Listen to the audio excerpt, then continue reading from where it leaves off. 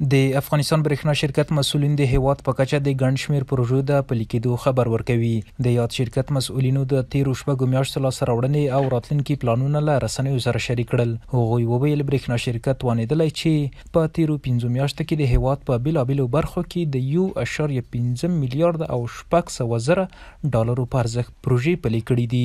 د یاد شرکت اجرایوي رئیس وویل په دې موده کې د 3.5 میلیارد افغانیو په ارزښت 200 تړونونه هم لاسلیک کړي دي. د برېښنا شرکت رئیس همدارنګه وویل د نړیوال بانک له لوري به د کاسا زر پروژې پاتې کارونه بیا پیل او د 2 کلونو په موده کې به بشپړ شي.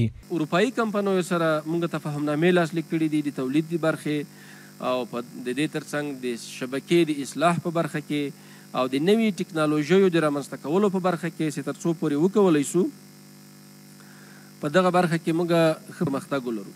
په تیرو 5 میاشتو کې موږ د 500 میلیونه ډالرو په ارزښت باندې 14 پروژې ډیزاین کړي دي چې د برېښنا شرکت له لوري څخه کارونه ټول پای ته رسېدلي او د نظار هیئت د مشرتابه له لوري یو شمېر پروژې هغه قابل تایید دي او تایید سوي دي. یو شمېر نورې هم تر پروسې لاندې دي.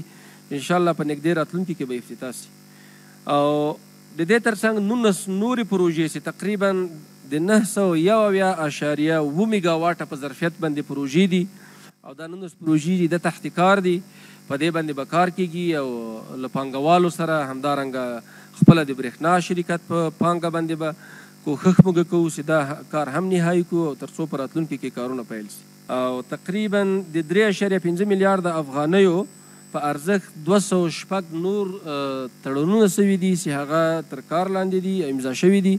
په هغه باندې به هم انشاءالله کار کیږي. اولین دستاوردی که در 6 ماه اخیر از تکمیلی سب استیشن نور الجهاد است که سب استیشن نور الجهاد در ولایت هرات تکمیل شد و مردم شریف ولایت هرات که تقریبا در حدود 70,000-80,000 مشترک بسیار به مشکلات جدی روبرو بودن و ولتاژ درست دریافت نمی کردن. امروز لله الحمد اونا ولتاژ درست دریافت میکنن. نه تنهایی که ولتاژ درست دریافت میکنن، تقریبا در حدود 27,000 مشترک یا 25,000 مشترک اضافی هم از برق بهره‌مند شدن.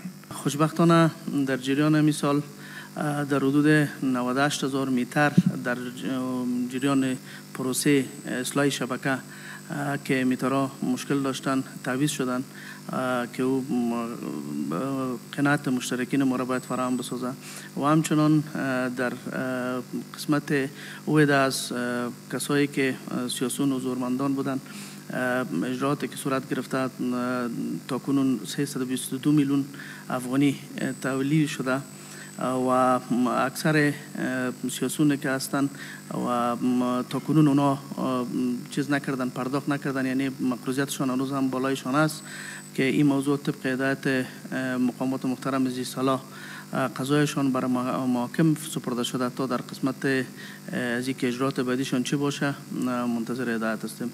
ښاغلي عبدالباري عمر زیاته کړه د میدان وردګ چک بند کارونه شاوخوا 80 سلنه بشپړ شوي چې د پاتې چارو بشپړېدو سره به یې 4,000 پیرودونکي د برېښنا څخه برخمن شي. د میدان وردګ ولایت د چک ولسوالۍ بند چې په هغه باندې هم کار روان ده او د برېښنا شرکت له لوري څخه کارونه پر مخ ځي.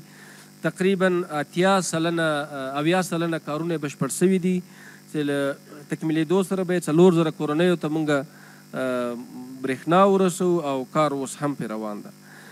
مسؤلینو همدارنګه وویل افغانستان د لمریزې او بادي برېښنا د تولید د دستګاه جوړولو لپاره ښه ظرفیت لري او موږ په دې ټولو برخو کې پر تخنیکي څېړنو کار کوو او د برخو کې پانګونې ته پانګوال هڅوو.